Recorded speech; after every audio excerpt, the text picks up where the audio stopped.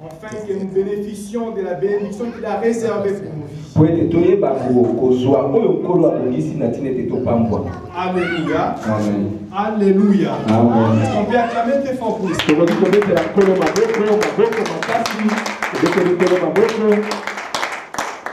Que Dieu soit béni. C'est vrai que nous sommes dans l'année de la gloire. C'est le thème qu'on avait choisi sous l'inspiration du Saint-Esprit. Par le visionnaire de cette église que le pasteur Paul.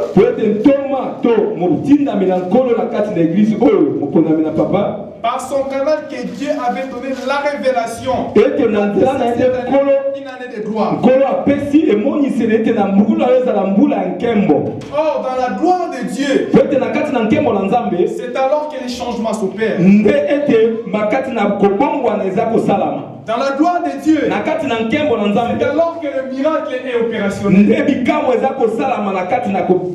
Dans la gloire de Dieu, c'est alors que les vies changent. Dans la gloire de Dieu, c'est alors que les témoignages sont donnés à la gloire du Seigneur.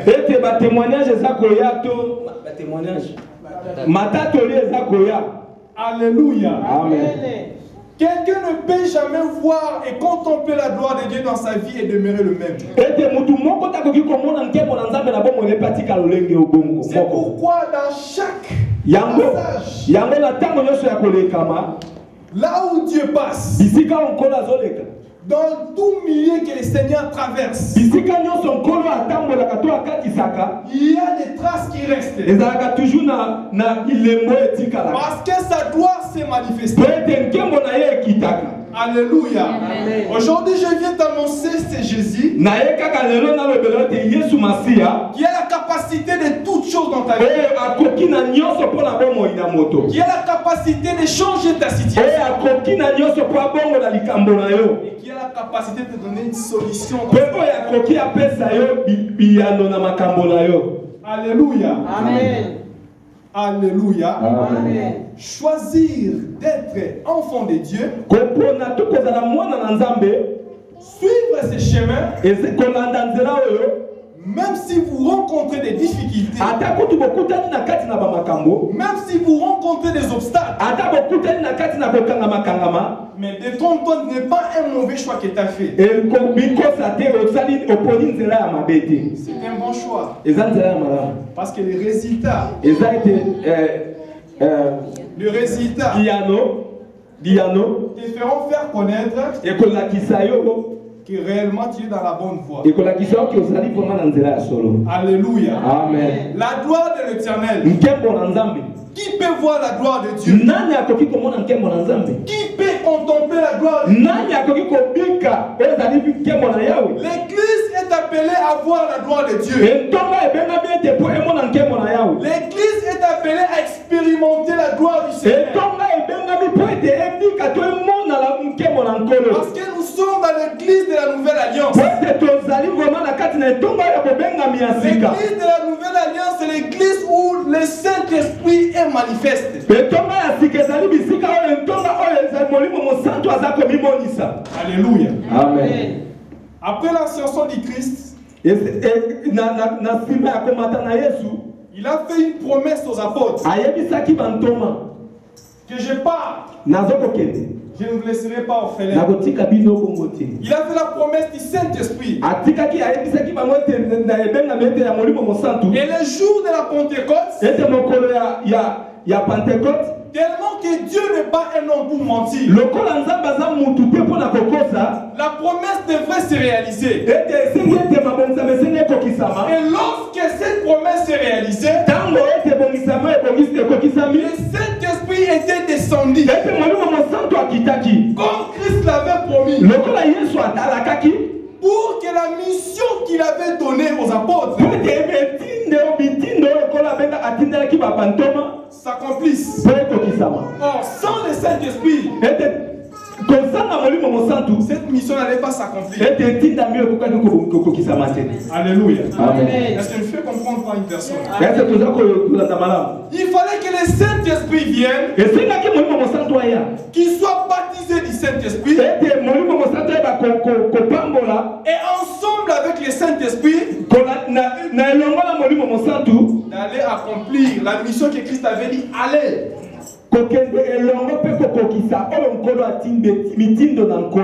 Faites-les toutes les nations des disciples.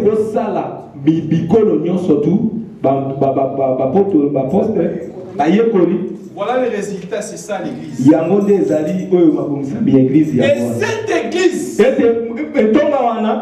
appelée à tout moment de vivre la manifestation divine.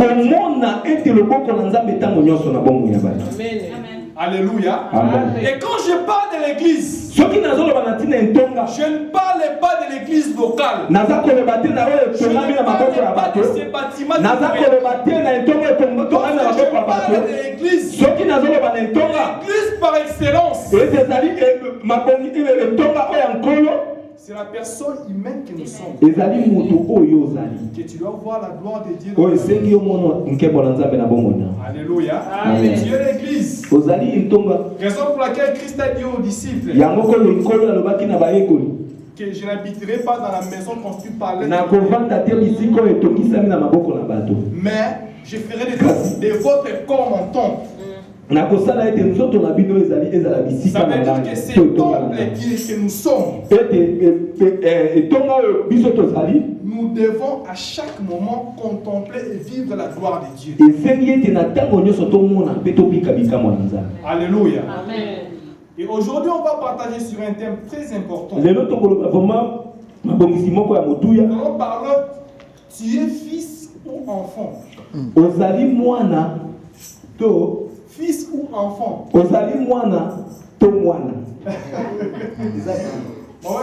Fils ou enfant?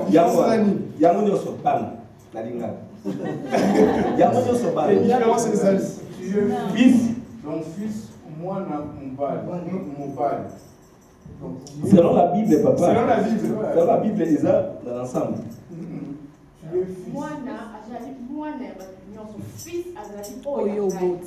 Amen. Bon, si on a dit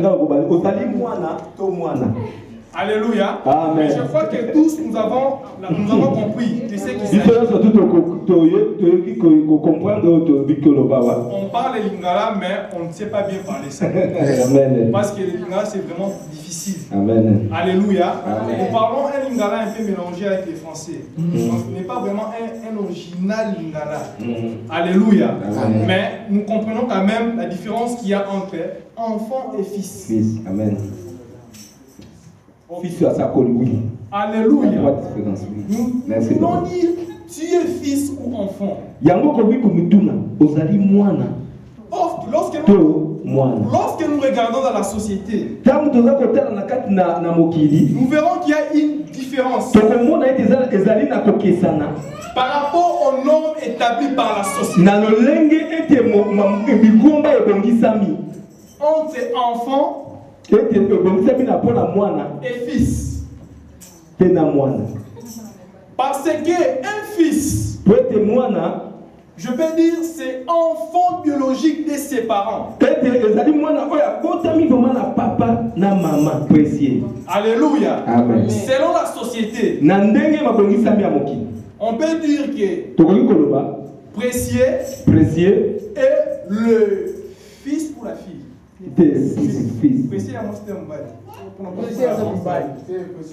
Bon, précieux est le fils de Papa Paul. Alléluia. Amen. Mais Papa Paul aussi peut prendre un autre enfant et l'adopter. Mais on ne l'appellera pas fils. Parce qu'il ne vient pas de ses entrailles. Alléluia. Amen. Raison pour laquelle, lorsque le prophète Esaïe est en train de prophétiser sur la venue du Christ, il disait, un fils nous est né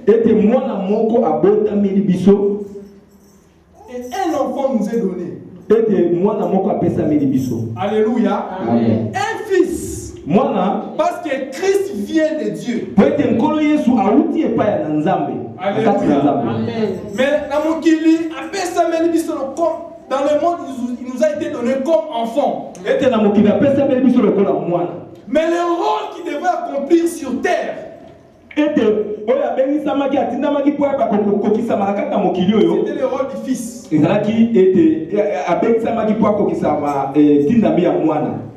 La différence qu'il y a entre fils et enfant, enfant est quelqu'un que l'on peut adopter. L'enfant,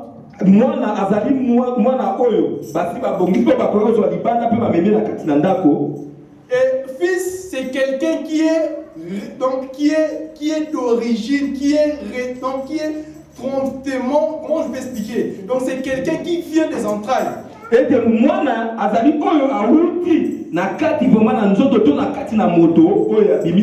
Raison pour laquelle, lorsqu'il s'agit de l'héritage, l'enfant ne peut jamais hériter. C'est le fils qui a droit à l'héritage. Alléluia. Amen. Est-ce que nous comprenons? Amen. C'est le fils qui a le droit de l'héritage. La Bible dit la nature doit nous enseigner. Lorsque vous allez dans la royauté, c'est toujours des fils qui héritent le pouvoir. Depuis que le monde est monde. Et lorsque nous rentrons par rapport à la Bible, entre fils et enfant, le fils, c'est quelqu'un qui a acquis la maturité.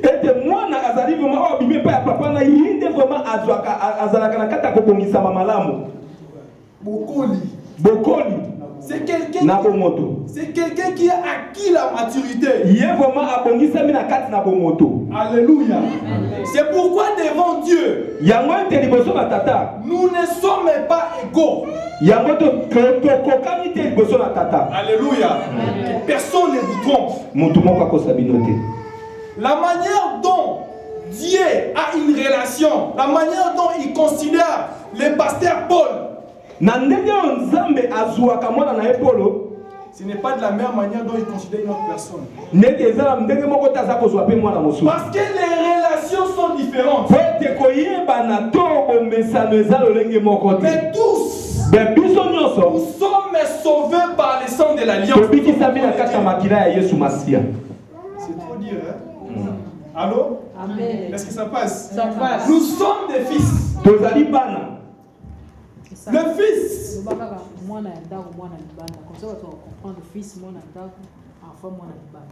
Ah oui, merci, il est bien. Allô? Le fils, c'est quelqu'un qui a la maturité. L'enfant, c'est quelqu'un qui n'a pas la maturité.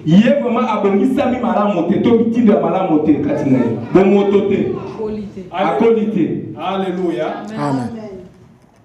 Dans le terme grec, vous verrez que le fils est appelé Ios. Ios, ça s'écrit H-U-I-O-S. Ios, qui veut dire enfant avec maturité.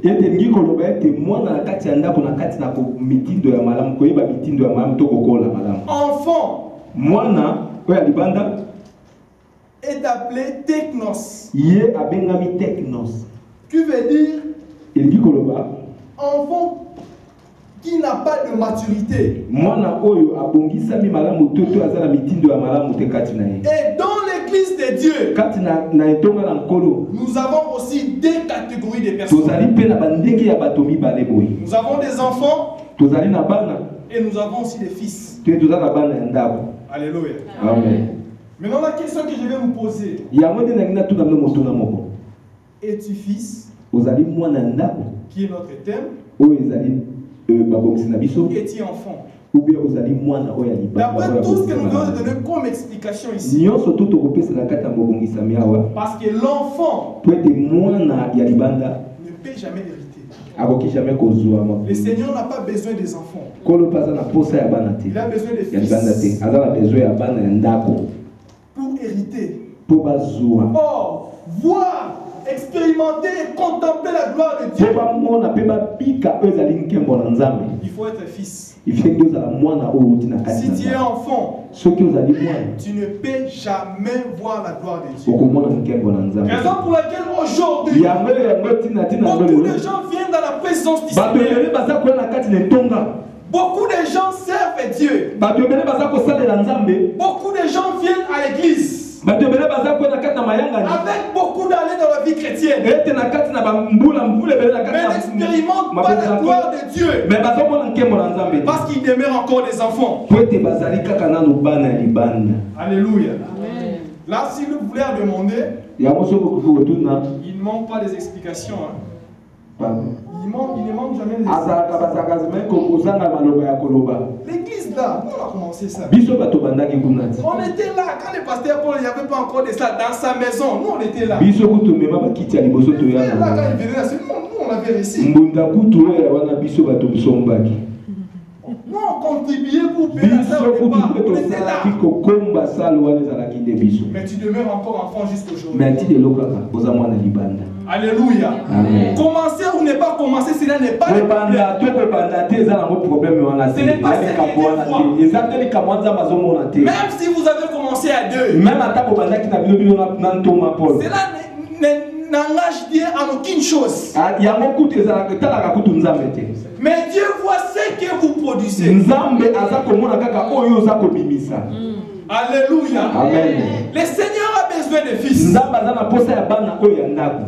Nous quand on priait, lorsqu'on avait reçu Christ, dans les années 60 ou 70 comme ça, 1955, nous on était là. Si on se met à prière, 6 heures du temps, 8 heures du temps, es-tu fils ou enfant? Alléluia. Amen. Or, aussi longtemps que l'héritier demeure encore enfant, ne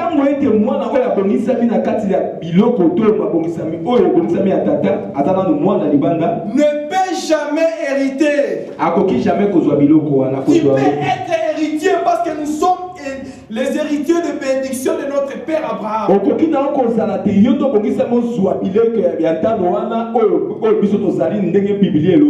L'année tend vers la fin. Nous avons besoin de voir la gloire de Dieu. Est-ce que nous sommes des fils? Dieu l'héritier de Dieu. C'est la promesse divine. Il est par la Bible de la parole de Dieu. Mais aussi longtemps que tu demeures encore enfant, chaque année tu vas commencer à baptiser. Cette année c'est l'année prochaine, ça sera, on ne sait pas encore. Et les années finissent comme ça. Toi, tu ne changes pas. Tu ne grandis pas. La situation ne change pas. Et par après, ça crée l'incrédulité. Et quand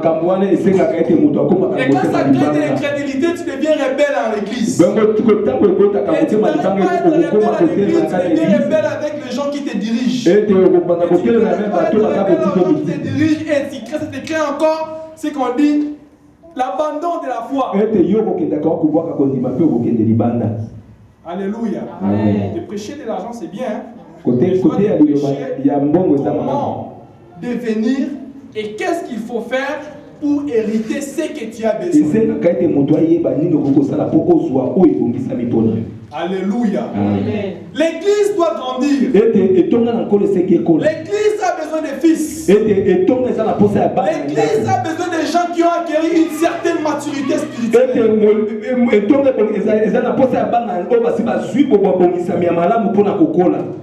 Alléluia. Amen. Prenons le livre de 1 Corinthiens. 1 Corinthiens chapitre 13. 1 Corinthiens 13. Verset 11. J'ai lu le nom du Seigneur. Amen. Lorsque j'étais enfant, je parlais comme un enfant. j'ai pensé comme un enfant, j'ai raisonné comme un enfant. Lorsque je suis devenu un homme, j'ai fait disparaître tout ce qui était de l'enfant. Une autre personne peut nous les lire encore dans une autre version.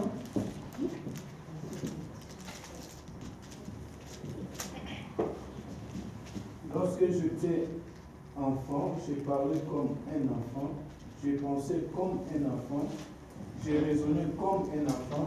Lorsque je suis devenu homme, j'ai fait disparaître ce qui était de l'enfant. Amen. Amen. Dieu soit loué. Ici l'apôtre Paul, le père de la doctrine, parce que la doctrine chrétienne se trouve dans les épîtres. Apôtre Paul est en train de nous dire ici, lorsque j'étais enfant, je raisonnais comme un enfant. Je parlais comme un enfant. Je faisais tout ce qui était mais aujourd'hui, je suis devenu grand. Un homme. Je fais disparaître tout et je commence à réfléchir comme grand. Et je commence à réfléchir comme une personne adulte. Lorsque nous venons dans la présence de Dieu, nous sommes des bébés spirituels. Nous sommes des gens qui ne connaissent rien, nous sommes vides. C'est comme un enfant qui est né. Il ne sait pas manger. Il ne sait rien faire. On lui commence à apprendre à le faire manger des aliments élémentaires. Il grandit au fur et à mesure. L'alimentation aussi change. Et jusqu'au point où il commence à consommer des aliments durs. Et c'est aussi comme ça dans la vie chrétienne. Lorsque nous venons à Christ, nous sommes de bébés. Et nous commençons maintenant à acquérir des aliments élémentaires. Et au fur et à mesure que nous croissions, c'est alors que nous commençons aussi à manger des aliments qui sont et c'est ces aliments durs qui fait de nous des fils. Alléluia. Amen. Parce qu'un bébé, tu ne peux jamais lui donner des aliments durs. Ça risque de troubler sa digestion. Mais un adulte, même s'il mange l'alimentation qui est dure, cela ne pourra jamais lui compliquer. Parce qu'il a grandi. Alléluia. Amen. Apôtre Paul dit ceci. Donc, Christ attend de nous d'être des hommes. Or, qui est l'homme? L'homme, c'est la personne qui a acquis la maturité. Un enfant ne peut jamais l'appeler homme. Alléluia. Un enfant ne peut jamais l'appeler homme. Nous sommes dans la présence de Dieu. Nous sommes des serviteurs et des servantes de Dieu. Nous avons besoin d'expérimenter et de vivre la gloire de Dieu. Nous ne pouvons qu'hériter les promesses liées par Dieu pour nos vies si nous sommes que des fils.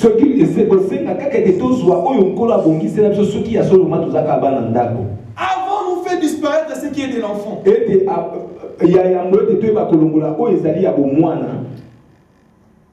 Pour vivre les promesses de Dieu. Dieu n'est pas un homme pour mentir. Si Dieu dit qu'il va te bénir, il le fera. Depuis que la Bible est Bible, Dieu n'a jamais menti une personne. Si Dieu dit qu'il va te donner, il le fera. Si Dieu dit qu'il va te guérir, il le fera. Malgré les épreuves.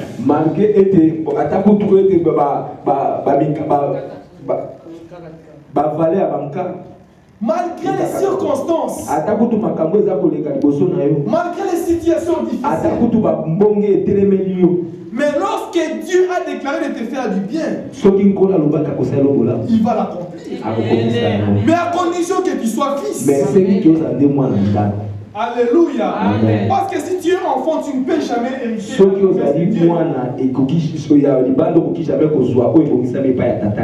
Alléluia. Amen. Si Dieu donne à un enfant une bénédiction,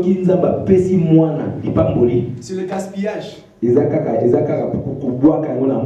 Prenez un enfant, donnez-lui 50 €. Et demande-lui, avec ces 50 €, tu vas faire quoi? Je vais acheter des biscuits, des bonbons. Et j'avais vu un gros nounous là, maman, il faut qu'on aille chercher ça. Mais avec le même 50 €, si vous donnez ça à une personne qui est grande, il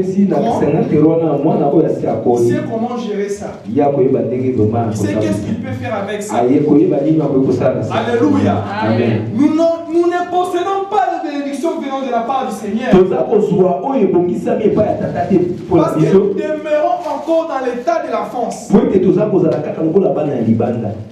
Alléluia. Amen. Aussi longtemps qu'un héritier demeure encore enfant ne peut jamais hériter. Les promesses de Dieu faites sur ta vie sont vraies. Dieu ne ment pas. Ce que Dieu a promis de te donner est vrai. Il ne ment pas. Ce qu'il a promis de faire pour toi cette année, c'est vrai. Mais à condition que tu sois fils. Alléluia. Amen. Jamais dans le royaume, vous verrez un enfant, on ne sait pas venant d'où. Il vient directement. Moi, si j'ai pas d'hériter le royaume, on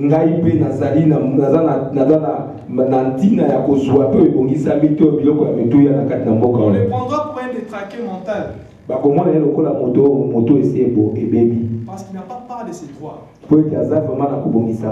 Parce qu'il n'est pas fils. Alléluia. Amen. Nous sommes les fils du royaume. Nous sommes des fils et héritiers de la bénédiction. Alléluia. Amen. Alléluia. Amen. Dans le même verset que nous venons de lire, vous verrez que Paul est en train de dire, il veut que nous soyons des hommes. Lorsque vous interprétez ça encore, vous verrez que Paul veut de nous que nous soyons des hommes. Or, un homme, c'est celui qui sait disparaître de ce qui est de l'enfance. Alléluia. Amen. Or, la maturité.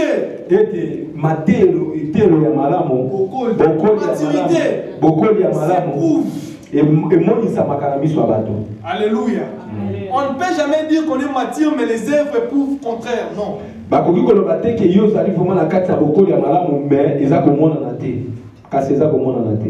Alléluia. Amen. Selon Dieu, nous sommes tous des fils. Femmes comme hommes. Nous sommes tous des fils. Prenons le livre de Psaume 82. Psaume 82. Verset 6.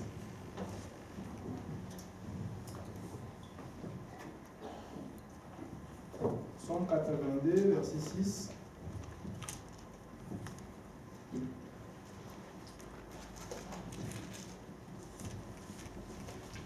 Je lis au nom du Seigneur.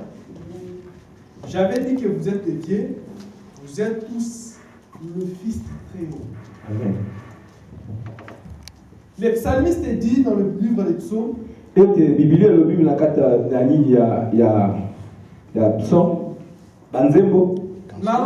j'avais dit que vous êtes des dieux. Et vous êtes le Fils du Très-Haut. Lorsque nous faisons un examen de conscience sur ces portions, ici la Bible n'utilise pas le terme que vous êtes les enfants du Très-Haut.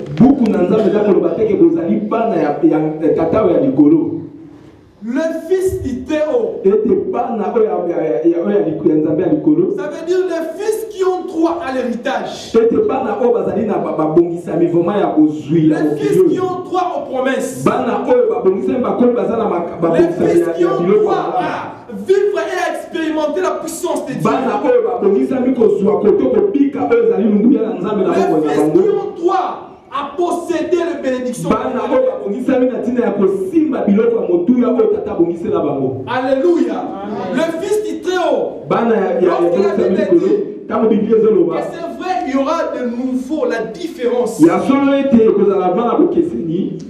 entre ceux qui connaissent les dieux et ceux qui ne les connaissent pas. Cela veut dire la différence se manifestera au niveau des fils et des païens.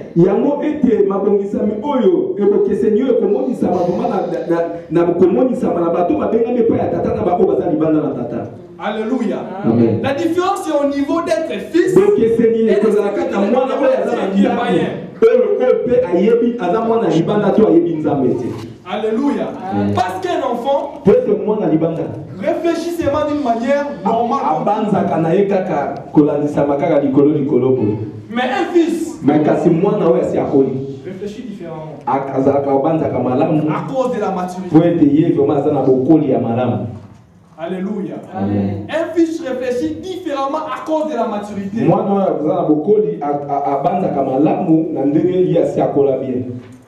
Que Dieu soit loué. Comme j'étais en train de le dire.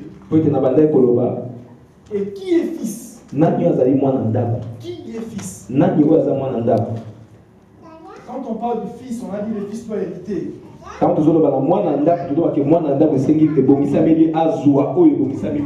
fils doit vivre la gloire de Dieu.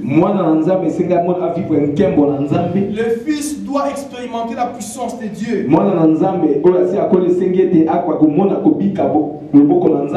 Le fils est participant de la nature divine de Dieu.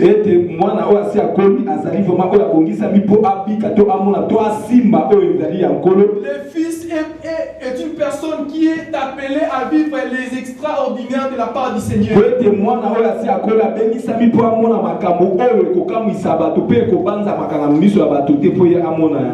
Or, tous nous avons un seul Père.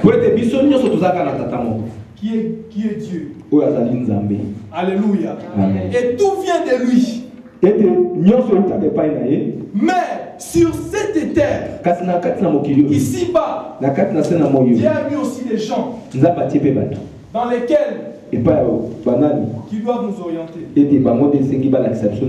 Alléluia. Amen. Sur le plan biologique, chaque fils a son père. Jamais un fils est sorti sans père. Même lui-même qui est Christ. Il y a un père. Même nous. Nous avons crié à l'évangile. Nous servons le Seigneur aujourd'hui. Parce que nous avons un père. C'est pourquoi il n'y a qu'un père dans la foi. Alléluia. Amen. Il n'y a qu'un père dans la foi. Lorsque les gens disent que c'est mon père spirituel, normalement ce n'est pas un père spirituel. Le père spirituel est Dieu. Mais nous avons le Père dans la foi. Mon Père dans la foi, Papa Katnakondima. Alléluia. Amen. Alléluia. Amen. Nous avons le Père dans la foi, mais le Père spirituel, c'est la personne de Christ. Alléluia. C'est pourquoi même apôtre Paul était en train de dire à Timothée, Timothée, mon fils dans la foi. Alléluia. Il était son père. Dans la foi. Alléluia. Et qui est fils? C'est quelqu'un qui a un père. Alléluia. C'est quelqu'un qui a un père dans la foi. Comme aujourd'hui, à l'église Temple d'Or, le pasteur Paul peut dire, j'ai mes fils. Les enfants qu'il a produits dans les entrailles, dans la foi. Dans la foi. Alléluia. Amen. Nous prenons l'exemple dans la Bible. Élisée demeurait près d'Élie.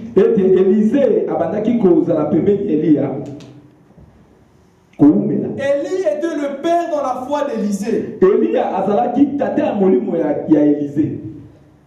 Élisée appelait Élie maître.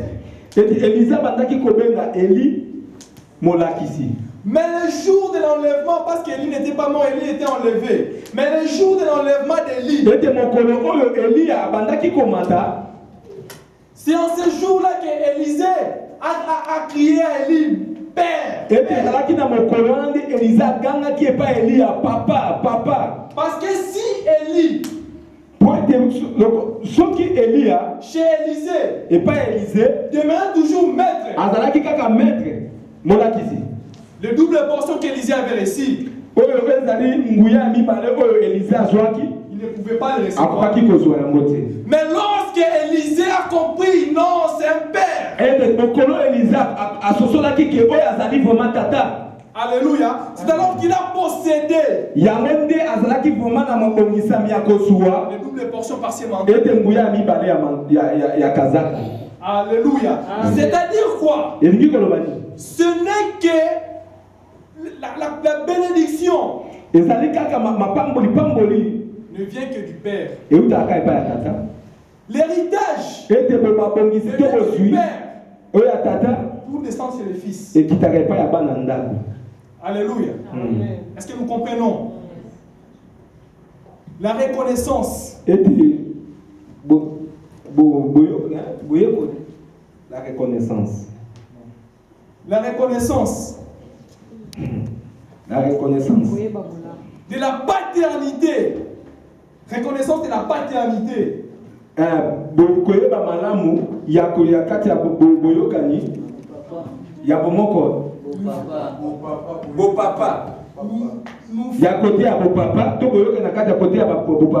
Nous fait entrer encore à posséder papa.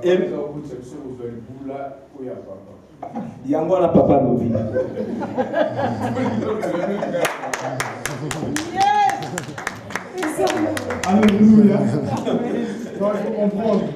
Donc, c'est ça comme j'étais en train de dire. Donc, la reconnaissance de la paternité. Ici, je ne parle pas de père spirituel, mais je parle de père dans la foi. Alléluia. Amen. La reconnaissance de la paternité nous fait entrer dans la bénédiction. Or, étant que fils, avec la maturité que nous avons acquise,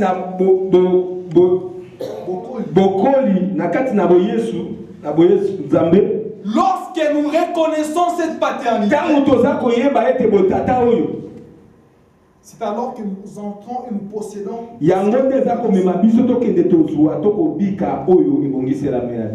Alléluia. Amen.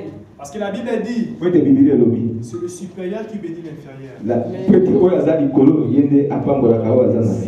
Tu ne peux jamais résister à ton père et attendre de recevoir une bénédiction de la part de l'Éternel.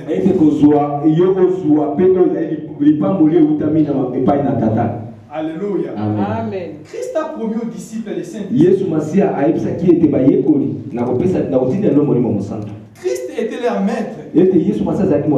était leur père aussi dans la foi. Mais avec l'obéissance,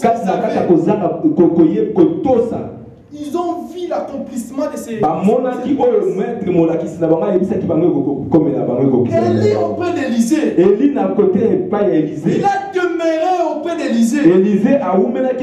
Avec l'obéissance qu'il avait, il a fini par posséder le et l'esprit d'Élie travaillait avec Élisée. Josué auprès de Moïse. Il a fini par prendre la succession. Afin que la promesse que Dieu a gérée à leur père. Parce que la paternité de Moïse était reconnue par Alléluia. Amen. Il y a d'autres hiérarchies dans le monde que le Seigneur a établies. Nous devons l'obéir pour posséder et l'accomplissement de certaines choses s'accomplissent. Alléluia. Amen. Après, on est Géasi auprès d'Élie. Géasi plutôt auprès d'Élisée. N'a pas pu posséder. Ce qu'Élisée avait à cause de la désobéissance. L'église de Dieu, les temps avancent. L'heure est arrivée. Nous devons contempler et vivre la puissance de Dieu. Nous sommes appelés à vivre et expérimenter la gloire de Dieu. Mais nous ne pouvons pas demeurer dans l'enfance. Parce que dans l'enfance, c'est difficile pour voir la main de Dieu. C'est difficile pour toucher aux promesses de l'Éternel. C'est difficile pour que notre vie, nos situations changent.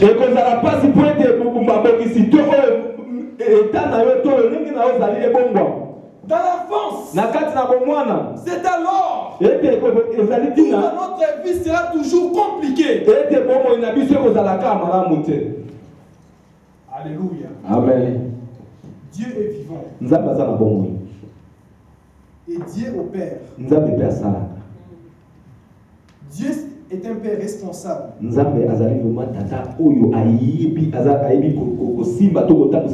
La responsabilité de Dieu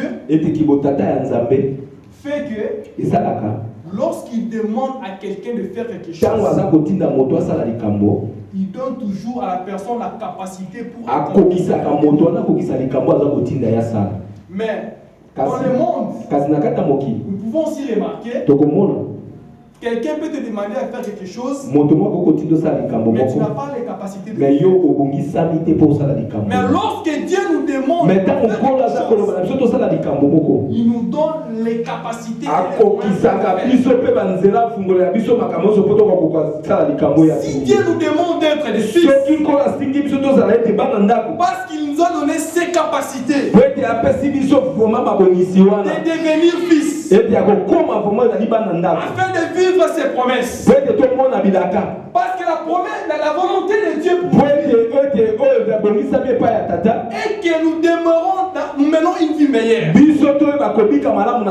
La volonté de Dieu n'est pas de demeurer dans la souffrance, n'est pas de demeurer dans les échecs, n'est pas de demeurer dans les difficultés. Les difficultés peuvent venir parce que c'est lié dans le chemin de parcours, mais ça sera passager. Ça ne peut pas lier tout est à vie.